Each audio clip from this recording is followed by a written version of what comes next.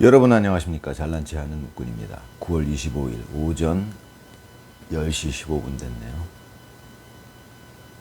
이재명 당선자가 또 한 번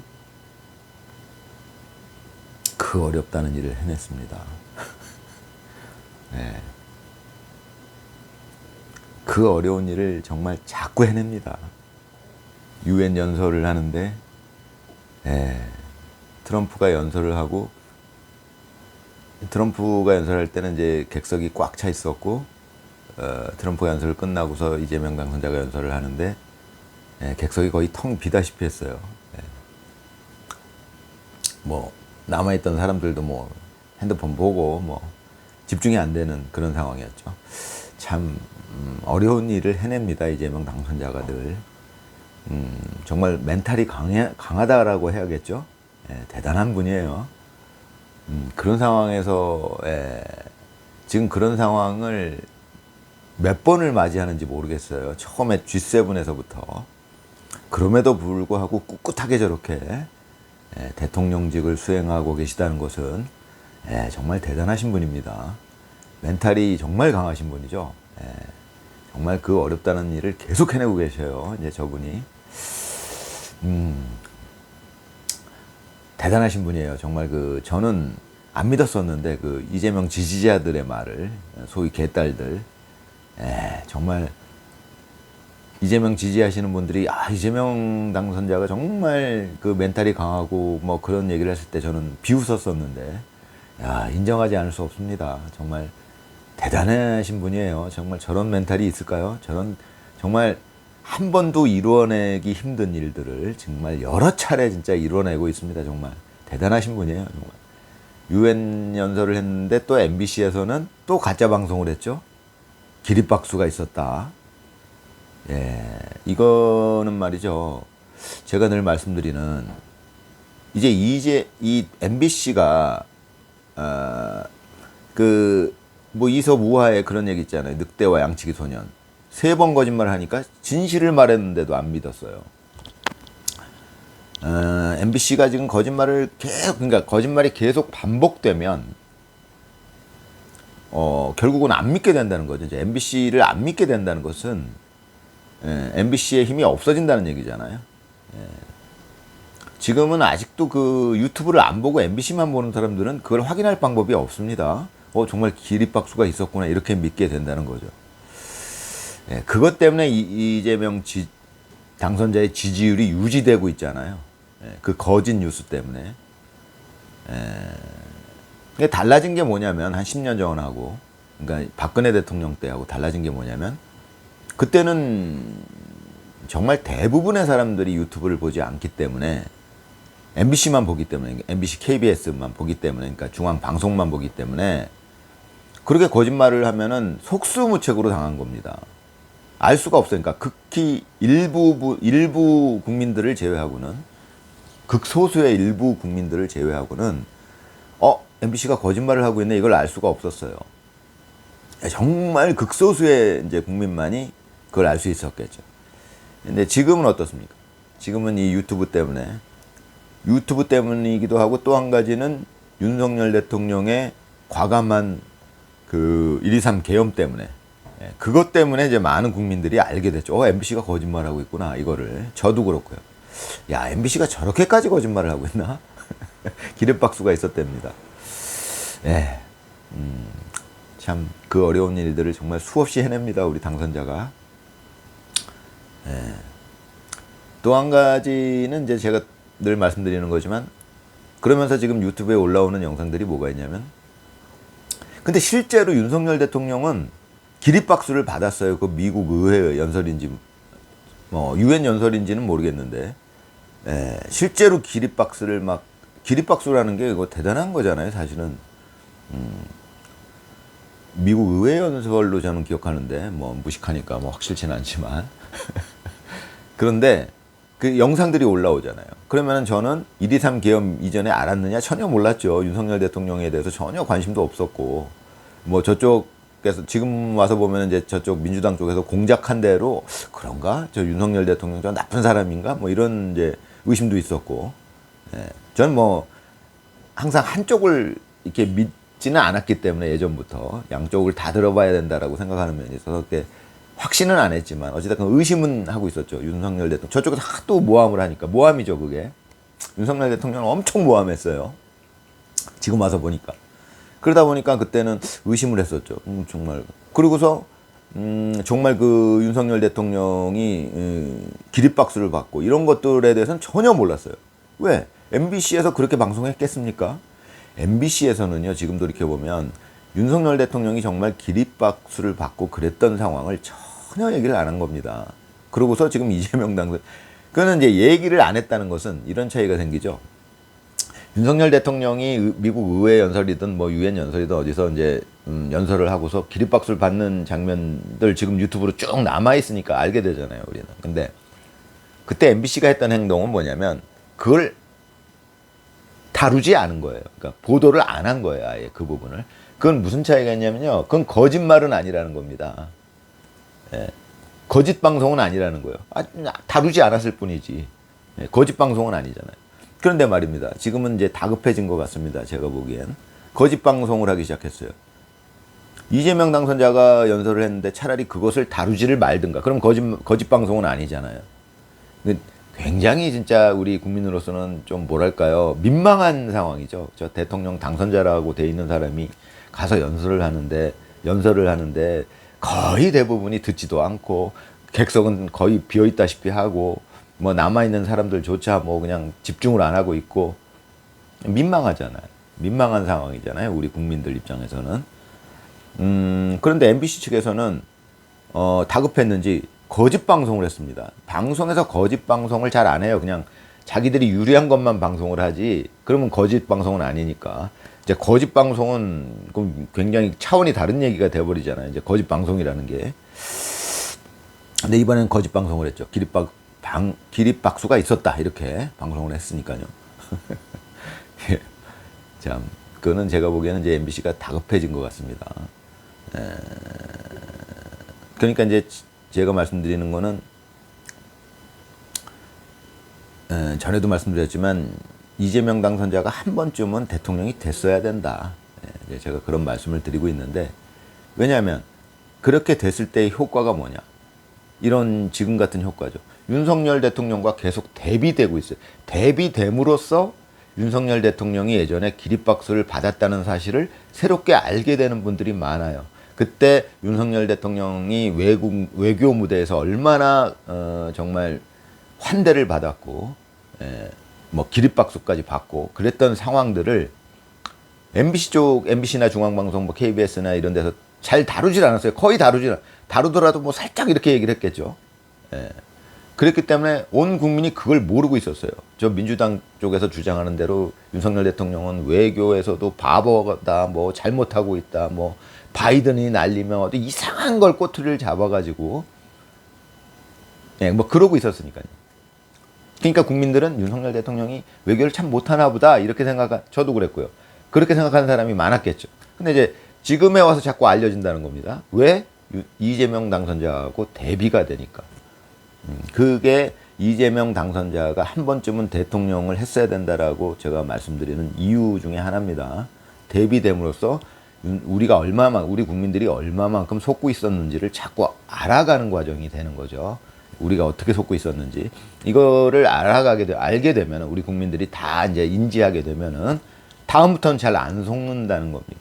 그 효과가 생긴다는 거죠. 한번 알게 되면. 이 사람들이 이렇게 우리 국민들을 속였고, 우리 국민들이 그래서 이렇게 속고 있었구나. 윤석열 대통령은 정말 외교 바보고, 이재명 대통령은 외교 천재다. 예전에 이재명 당선자가 당선되기 전부터 저 지지자들은 이재명이 외교 천재다. 이제 이렇게 믿고 있었죠.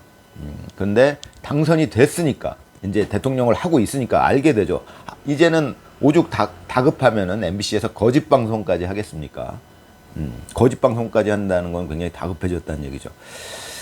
다급해진다는 거는 이제 이재명 당선자의 실질적인 지지율이라고 말씀드리는 것은 저쪽에서 지금 현재 이 언론사들 다 이 장악당한 상태에서 저들이 하는 여론조사는 당연히 오염돼 있을 것이고 조작돼 있을 것이고, 그러니까 제가 말씀드릴 때 실질적인 지지율이라고 말씀드리는 겁니다.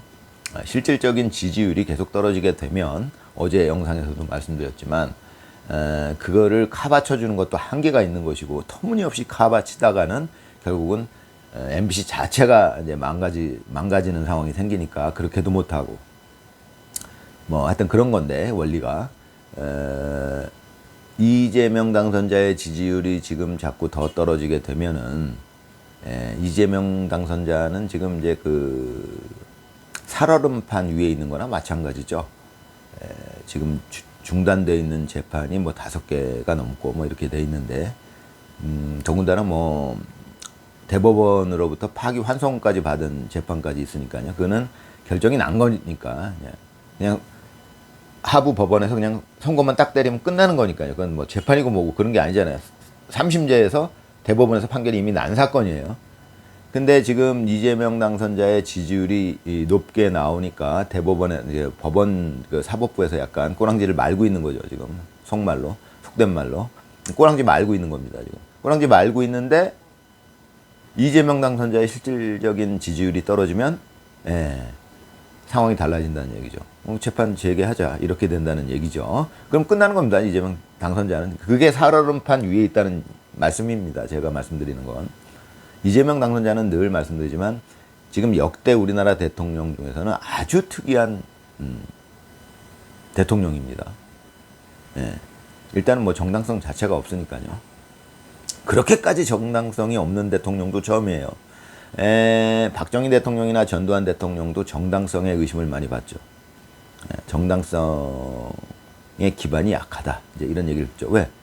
구테타로 해서 정권을 잡았기 때문에 정당성이 뭐랄까 그러니까 튼튼하지가 않다, 이제 이런 얘기잖아요, 그게. 그런데 이제 이재명 당선자는 거기에 비할 바가 아닙니다. 제가 늘 말씀드리고 있는 이유로 해서, 일단 뭐 부정선거가 있었다면은, 뭐 저는 100% 믿지만, 있었다면은 뭐 그거는 뭐 정당성을 떠나서 완전히 이거는 그냥 내란 행위자죠. 내란 주범자예요, 그 사람이. 내란 주동자고, 부정선거가 있었다면 그것은 완전히 내란 주동자가 되는 거니까, 그건 뭐 정당성 자체를 따질 그런 상황이 아니죠.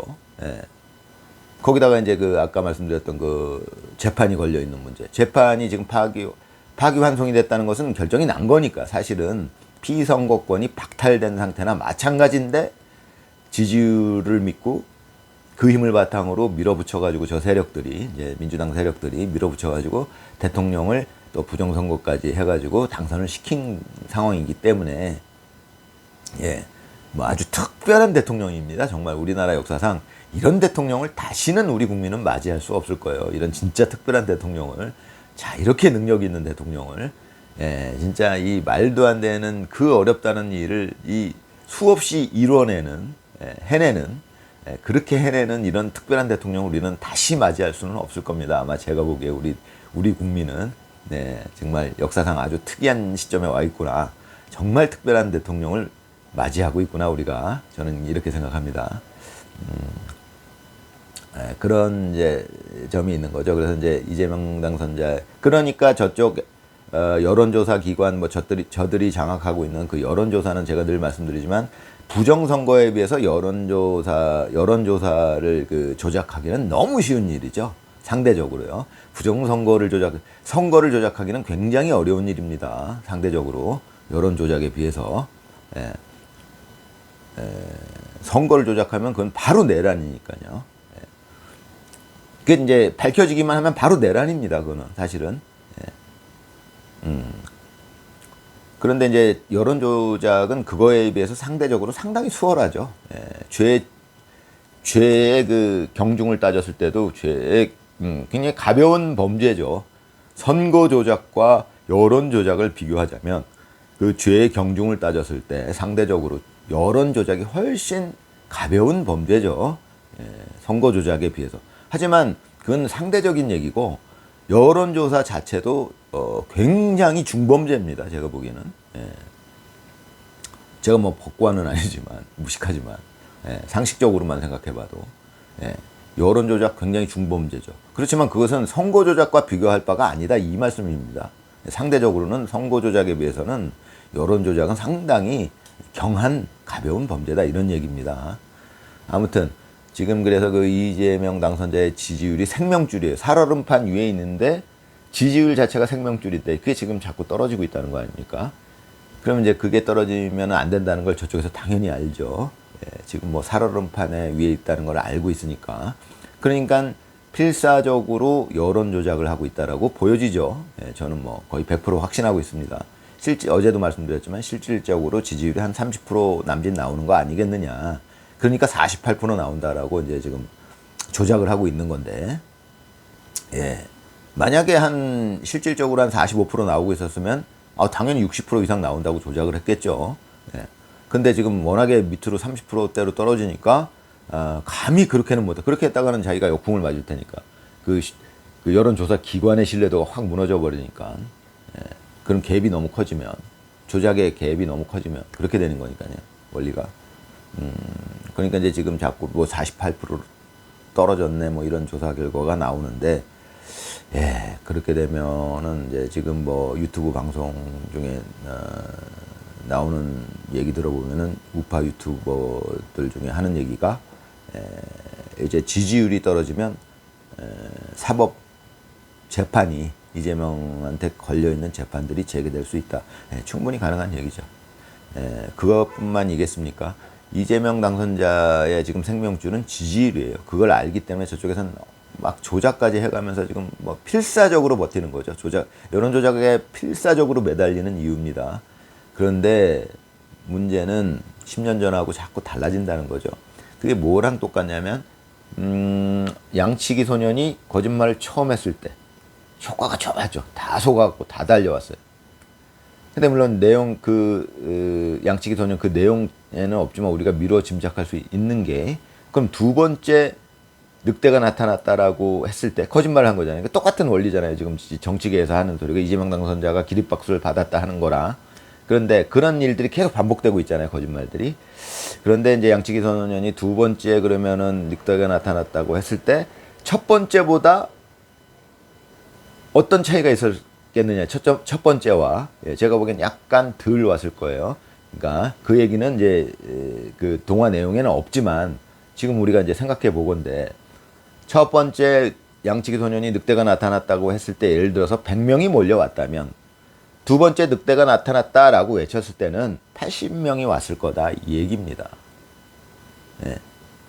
그 다음에 사실 동화에서는 이제 세 번째에서 진짜로 늑대가 나타나는데, 그게 현실에서는 제가 살아보니까 그건 동화고, 현실에서는 지금 같은 경우에요. 지금 이제 우리 민주당 쪽에서 계속 거짓 선동을 해왔어요. 지금 10여 년이 넘게.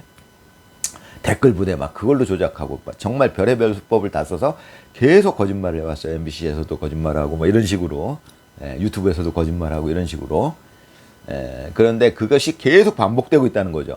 근데 동화에서는 3번으로 끝났지만 현실에서는 그게 이제 몇십 번 막 이렇게 반복이 된다는 겁니다. 그럼 제가 아까 말씀드렸지만 원리는 양치기 소년에서 처음 늑대가 나타났다고 했을 때와 두 번째 늑대가 나타났다고 했을 때와 세 번째 늑대가 나타났다고 했을 때와, 만약에 동화를 우리가 집어치우고 우리 나름대로는 네 번째 그랬다, 다섯 번째 그랬다, 여섯 번째 그랬다, 어떻게 되겠습니까? 자꾸 줄어들겠죠. 그걸 믿는 사람들이.